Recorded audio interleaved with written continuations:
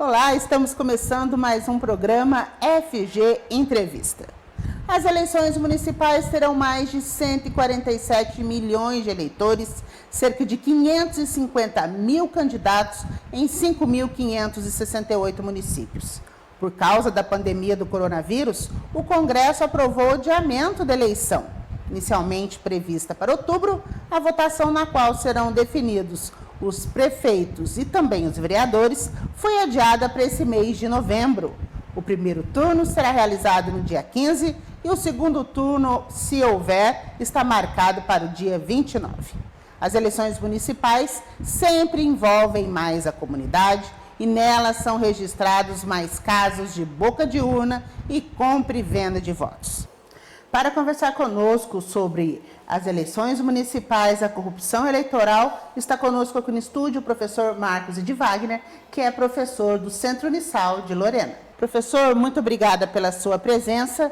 Eu gostaria de começar essa conversa falando o seguinte: a eleição esse ano já está diferente, com data nova, mas também temos regras novas, não é isso?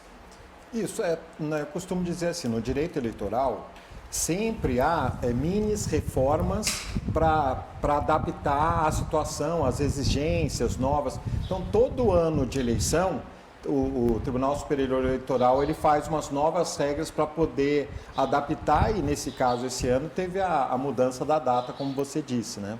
Tem também a questão das coligações, não é? Entre os partidos em relação à eleição para os candidatos a vereador. O que muda nesse caso? A coligação antes você poderia fazer a coligação para poder concorrer, agora não pode mais. Então isso já é uma grande mudança, porque ali quando os partidos eles conversavam com o outro, vamos coligar com você para isso, né? De uma forma bem sucinta. Agora isso não é mais possível. Tem a questão também de que acabou o chamado puxadores de voto, né? Você vota em uma pessoa e traz um monte de gente junto, né? Isso, porque tinha um coeficiente que a pessoa conseguisse um determinado número de votos. Nós temos casos famosos aí no Brasil. Mesmo as pessoas que não tinham voto suficiente, era arrastada por esse coeficiente. Isso também não tem mais. E agora, como que vai ser, então, a eleição para vereador? A eleição vereador no sentido de escolha, vai vencer quem tem mais votos ou não? Isso, no primeiro momento sim, vai vencer quem tem mais votos, e depois vai ser feito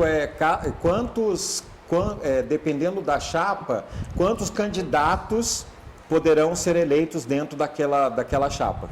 Aí é o primeiro critério. E por que é importante, professor, a gente levar em conta a escolha do candidato a vereador? Qual que é o papel do vereador dentro de uma Câmara Municipal, dentro de um município? Bom, nós costumamos dizer assim, tanto a União, o Estado e o município, eles têm o Executivo, quem governa, o Legislativo, quem fiscaliza, e o Judiciário, que julga. No nosso caso aqui, nós estamos falando do prefeito do Poder Executivo, ele que vai administrar a cidade dentro da competência que lhe foi outorgada. Então, ele vai trabalhar, ele vai gerir, né? Ele é o gestor da cidade, logicamente, escolhendo seus secretários. E o papel dos vereadores, do legislativo, é a fiscalização. Nada impede da propositura de um projeto de lei, mas assim, quem governa mesmo é o prefeito, logicamente, dentro da fiscalização dos vereadores, elaborando projeto de lei, aprovando, vetando e procurando satisfazer os interesses da cidade, né? É importante, né, salientar para as pessoas que o vereador ele não governa, né? Ele fiscaliza. Perfeitamente. A função dele é a fiscalização, né? Porque os poderes eles têm uma independência, uma harmonia, mas também a gente fala um sistema de freios e contrapesos. Um dá uma segurada no outro, se eu posso dizer assim. Então, o prefeito, na hora que ele está administrando, cabe ao vereador verificar se ele está atendendo os interesses da sociedade. E isso também vem para uma boa escolha do prefeito, né? Para que ele saiba administrar. Perfeitamente. Nós dizemos assim, para cada situação de vida, nós temos um estudo, nós temos uma preparação. Quem vai, principalmente, governar uma cidade, aí tem que saber de gestão, né? Entender como funciona, estudar antes o funcionamento, para qualquer cargo. nós exigimos alguns requisitos. E você vai ter uma cidade para gerir com a sua receita, com a sua despesa, quais são os principais problemas, saúde, saneamento. Então, a capacitação tem que ser no sentido de fazer uma boa gestão dentro daquilo que é possível também, porque às vezes nós temos um limite orçamentário. Então, um bom uso desse orçamento para resolver, saber quais são os principais problemas da cidade e tentar, dentro desse período, resolver ou minimizar os problemas. A gente todo ano eleitoral bate numa tecla, mas que ela é muito importante. É conhecer a proposta do candidato, né, professor? Perfeitamente. É sempre que alguém vai fazer uma proposta para governar uma cidade ou para fiscalizar, nós devemos saber, bom, deixa eu verificar se essa proposta está dentro daquilo que eu acho que deve ser feito. Então, aí o meu interesse vai ser representado por aquela pessoa. Então, é sempre interessante saber efetivamente a proposta, conhecer o candidato, saber se ele já foi eleito, se dentro da eleição, o que ele fez de bom para a cidade, o que ele defendeu de interesse ou não, né? Dependendo aí, se ele está dentro daquilo que eu espero de um gestor municipal e de um vereador. O senhor acha que é válido a chamada rotatividade? A mudança de partido na administração de uma cidade, ou aqueles partidos que têm aquela continuidade, sempre aquele mesmo partido. O senhor é a favor dessa mudança? Bom, eu sou a favor, assim, no primeiro momento, se um governo está fazendo uma boa gestão, eu acho que qualquer pessoa vai querer que no primeiro momento ele prossiga, porque às vezes em 4 anos você não consegue muita coisa, então você vai, olha, eu estou vendo que ele está indo no bom caminho. Aí vamos dar uma chance, né? Todo mundo que é time que está ganhando não se mexe, costuma dizer assim.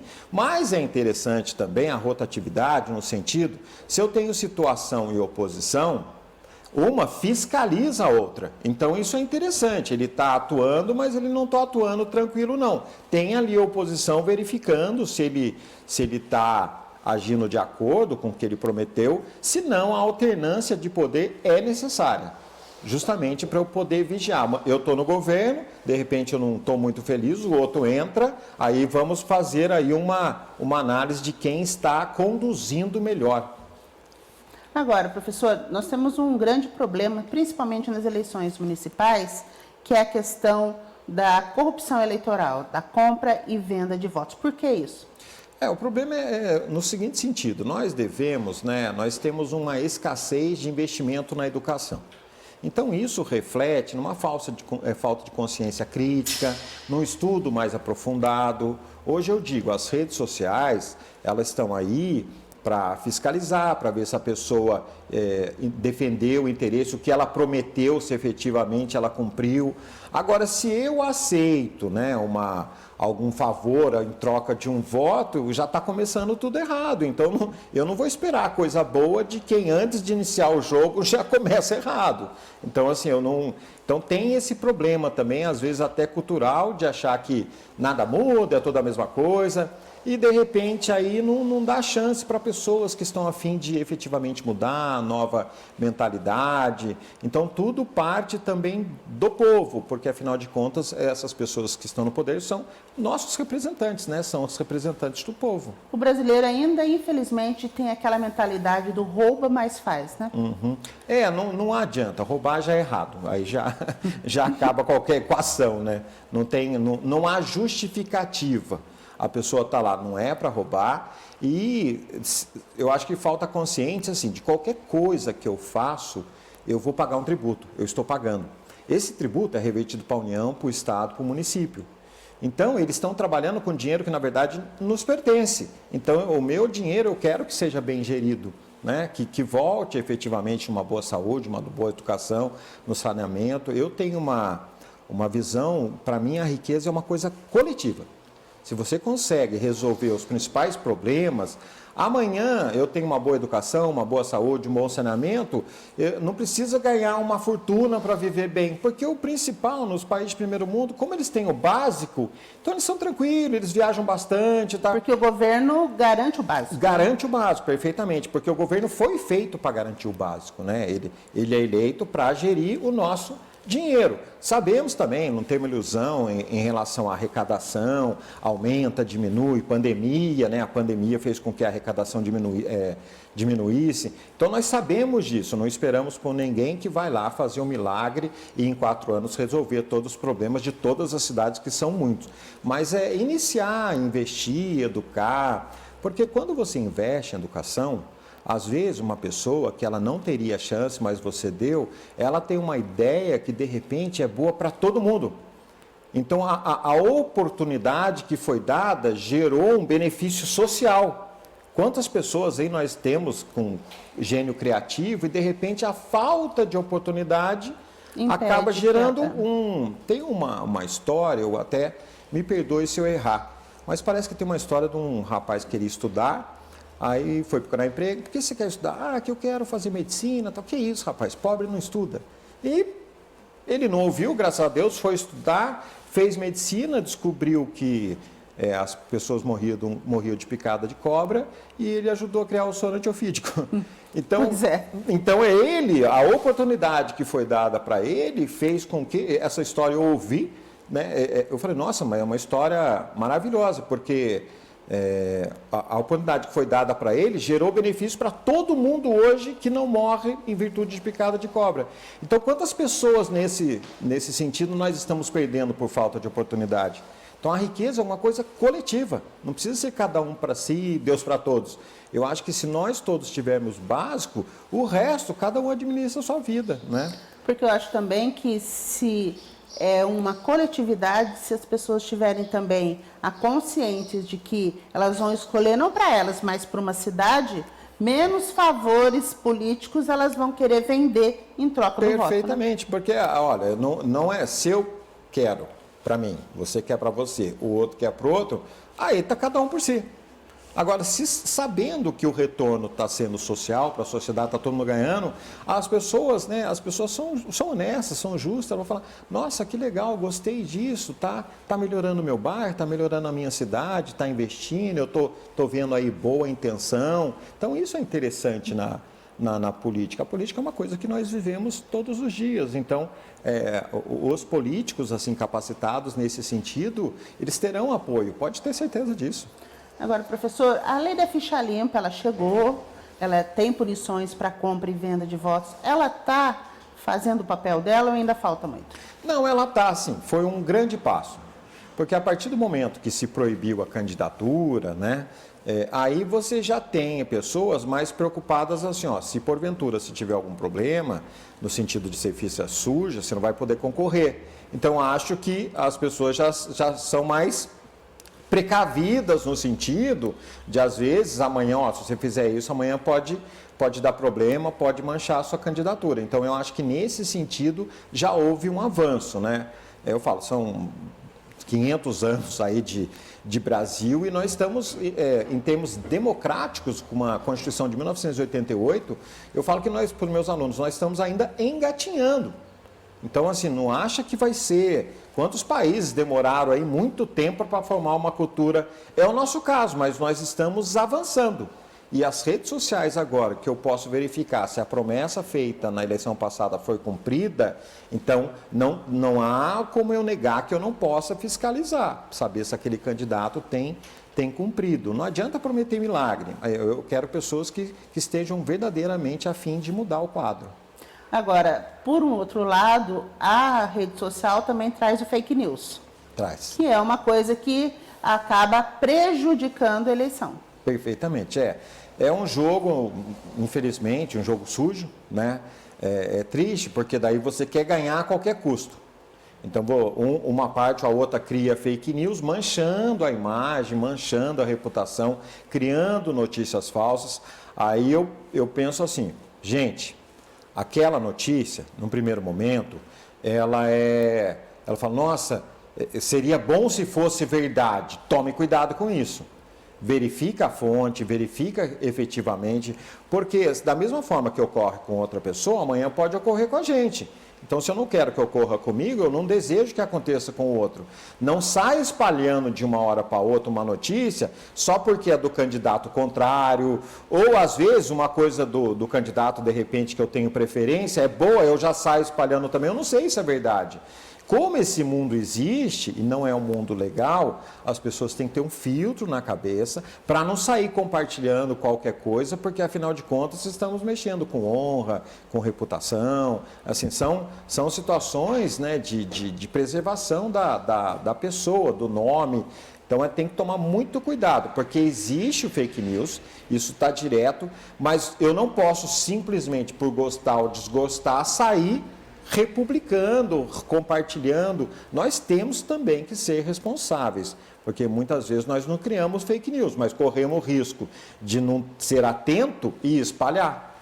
É aquilo, né? Existem hoje em dia, a tecnologia é tão rápida que ela já criou máquinas que publicam, né, nas redes sociais automaticamente vários fake news, né? Perfeito. Os robôs, né? Chamados robôs. Então, aí é nesse sentido. Opa, essa notícia, deixa eu ver a fonte, deixa eu verificar se é verdadeiro ou não. Aí eu combato dentro de um filtro que eu vou fazer para saber se é verdade ou não. Agora, simplesmente acreditar naquilo que está replicado, aí pode esquecer que tem muita chance de ser fake news. Professor, para a gente encerrar, eu queria que o senhor explicasse para nós, é um ditado que a gente tem usado há muito tempo já, nas últimas eleições, inclusive por causa da lei da ficha limpa. Voto não tem preço, tem consequência. Por que isso? É porque é aquilo, né? Se você, quando você está elegendo alguém para tomar conta do seu interesse, ele está gerindo a sua vida.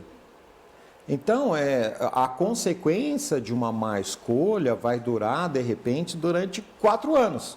Mas claro que o voto não tem preço, tem consequência. Eu estou nomeando alguém para gerir uma casa que eu moro, uma grande casa chamada cidade. Então, essa pessoa, eu tenho que crer que ela vai desejar trazer o bem para a cidade dentro daquilo que lhe é permitido. A partir do momento que eu não me preocupo com isso, eu vou ter que aceitar a escolha de quem se preocupa. Quem não gosta da política, eu não falo para gostar em termos de... Não, mas só acompanhar diariamente o que está acontecendo de bom, o que está acontecendo ruim. Quem não escolhe a política acaba sendo governado por quem escolhe. Né? Então, é nesse sentido a consequência. Nós devemos, da mesma forma que você coloca uma pessoa para gerir uma empresa, ela vai ali trabalhar, chegar na hora certa, gerir, dar os lucros necessários, né? Não falando que o Estado não tem lucro, é isso, mas aquele dinheiro que foi investido, ele deve retornar para nós mesmos. Então, essa é a consequência de você não pensar na escolha que você vai fazer. Você vai ser governado pela escolha dos outros. E também tem a questão do, eu não vou votar, vou anular meu voto, eu vou votar em branco. É a mesma coisa, né? É a mesma coisa, porque daí, assim, exerça, eu digo para o pessoal, se você tem a tendência, se você quer mudar, se efetivamente candidate, mostre para o povo, independente se ganhar agora ou não, faça um trabalho comunitário, ajude, porque é muito bonito essas coisas de altruísmo, né? É legal, não precisa ser nenhum candidato para fazer isso. Mas, lógico, se você tem o poder, está ganhando para isso, tem tempo, tem uma verba, é interessante nesse sentido que se faça esse trabalho, né? Nós vemos aí outros países que a pessoa vai de bicicleta trabalhar porque tem uma ciclovia bonitinha, ele já está consciente da não poluição. São pessoas mais tranquilas, assim, não precisa ter um hiper gabinete, não, nada, a pessoa lá, estou gerindo, tal, tem um gabinetezinho, trabalho, vou embora. Então são pessoas conscientes do papel. Então o cidadão também deve ter a consciência em relação a quem ele escolhe para gerir, porque em qualquer gestão, de qualquer situação, né, você pode ter uma boa gestão, mas também ter uma gestão, de repente, um pouco não tão boa. Então, é nesse sentido, nós estamos escolhendo quem vai gerir a nossa vida, a qualidade do nosso asfalto, o saneamento básico de alguns bairros que não possui, né, arrumar a rede de esgoto, tirar as pessoas que vivem sem o mínimo, né, sem o mínimo. Nós somos seres humanos, nós somos iguais, então todos nós merecemos o mínimo, né? O mínimo que se pode esperar. É nesse sentido a escolha, para melhorar não só para mim, melhorando para todo mundo, automaticamente melhora para mim também. Porque eu faço parte desse todo, né?